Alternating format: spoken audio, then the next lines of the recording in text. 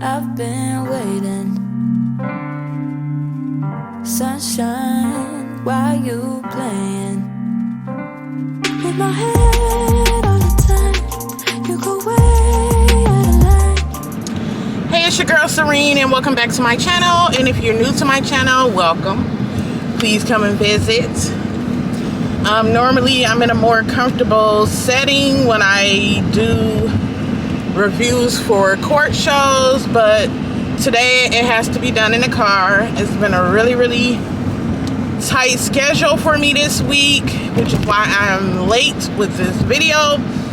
But to basically give you the last update of the court proceedings for the George Floyd federal trial, they also came back with a verdict yesterday evening. So I'm giving you all of that in this video now.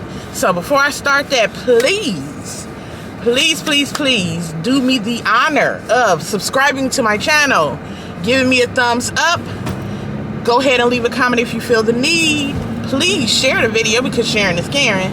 And also, most importantly, next to the subscribing part is hitting that bell so you can be notified every time I upload a video. Thank you in advance. So basically, the defense went really quick for the three officers. All three officers did testify on their own behalf, and each one had a family member also testify, just really testifying to the character of each man. I did not get to see all of what Two Towel character witness had to say about him.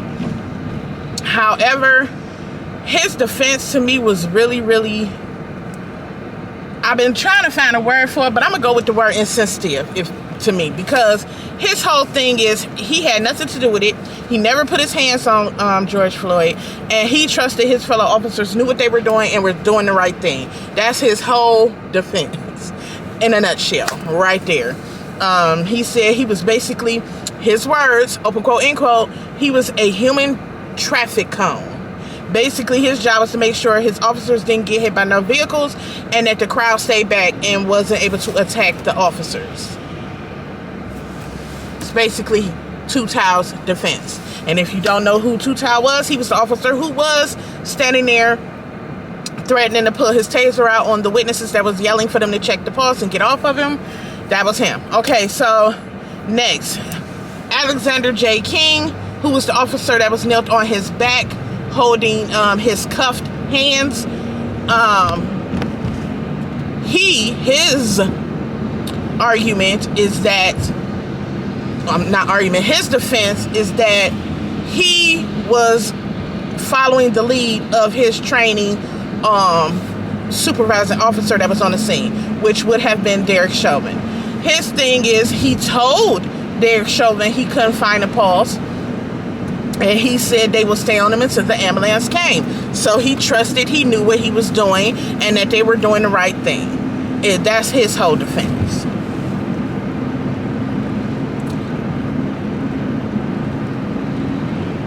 Now, he had his mother, I believe that was, testifying on his behalf.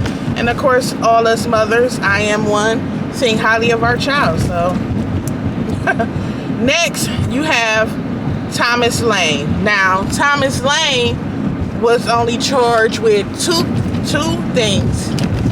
He wasn't charged with the third thing, which is intervening part. Because he did try to intervene twice.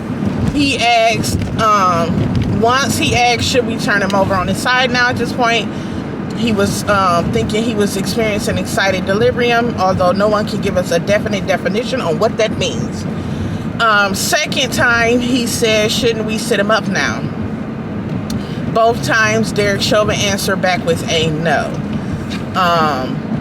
Also, I believe he didn't get to intervene in charge, because once the ambulance came, got him on a gurney, got him into the ambulance, Thomas Lane was the one who started chest compressions.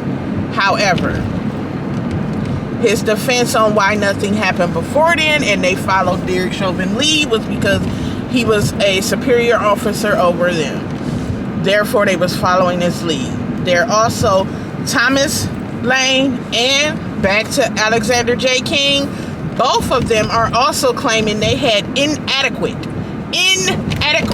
training for their job. In other words, they were not trained properly. Is their defense, part of their defense also. So, either way it go. Oh, and Thomas Lane's brother testified on his behalf, which we all know how he felt because you may not if you don't watch Court TV, but his brother did an interview for Court TV up on his brother. But moving along, of course, the jury did not buy any of these defenses, and all three men were convicted and found guilty on all charges they were charged with. Thomas Lane, only 2 charges. Alexander J. King, and Tu Tao, all 3 charges. If the charges were violating George Floyd's civil rights, failing to intervene, and it was failing to intervene, violating George Floyd's civil rights, and I can't remember the third one. There's a third one in there. Can't remember. I'm gonna put them somewhere, list them somewhere on here so y'all can see them. But anywho, that's what they was charged with, and they were found guilty for all of them, all charges. So yeah, that will be it. Now we just have to wait for sentencing, and their state trial is in June. I believe it's June 7th to be exact. So that once the state trial is over, that will be finally the end of the George Floyd thing, and his family can have some type of peace of not having to go back and forth to court anymore to fight for them. So I would really be happy for them when they can have that, because it's such a tragedy, and to have to relive it over and over again in court, watching a video of it over and over again in court, gots to be hard on them. It really does. They also reported that the jury, as the judge read the verdict, the jury was crying. Some of the members of the jury were crying. And I believe it's because a lot of them on that jury said they had never seen the video before. So that was their first time in court seeing the videos. And I can only imagine how they felt. Well, they had to feel something. They found the men guilty. So they said the jury was very emotional, and they was just crying.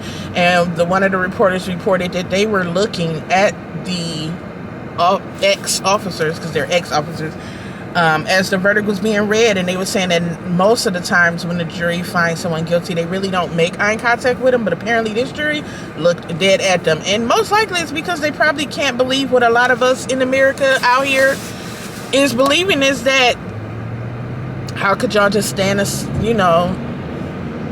be on the sideline? I mean, y'all was right there, and y'all had to know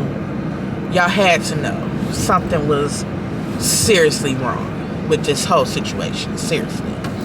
And to not step up as a human being, let's forget your police. Let's forget that.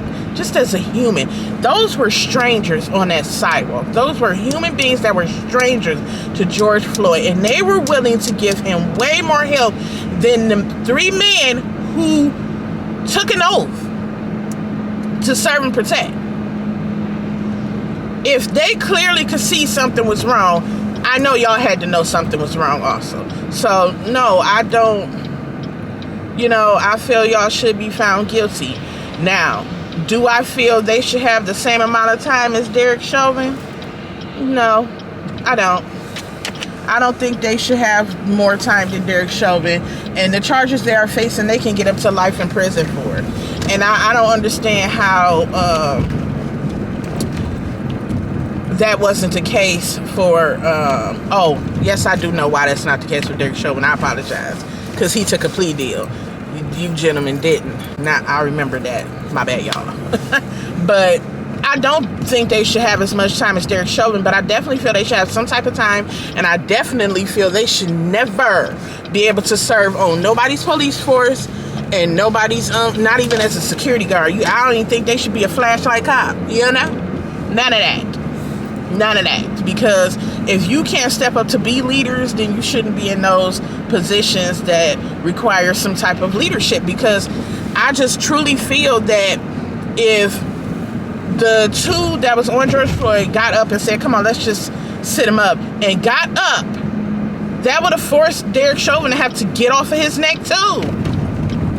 But nobody took the lead and decided to follow someone that clearly, and nobody's going to ever make me believe different, clearly y'all saw doing something wrong, period. So, yes, that is pretty much the update on that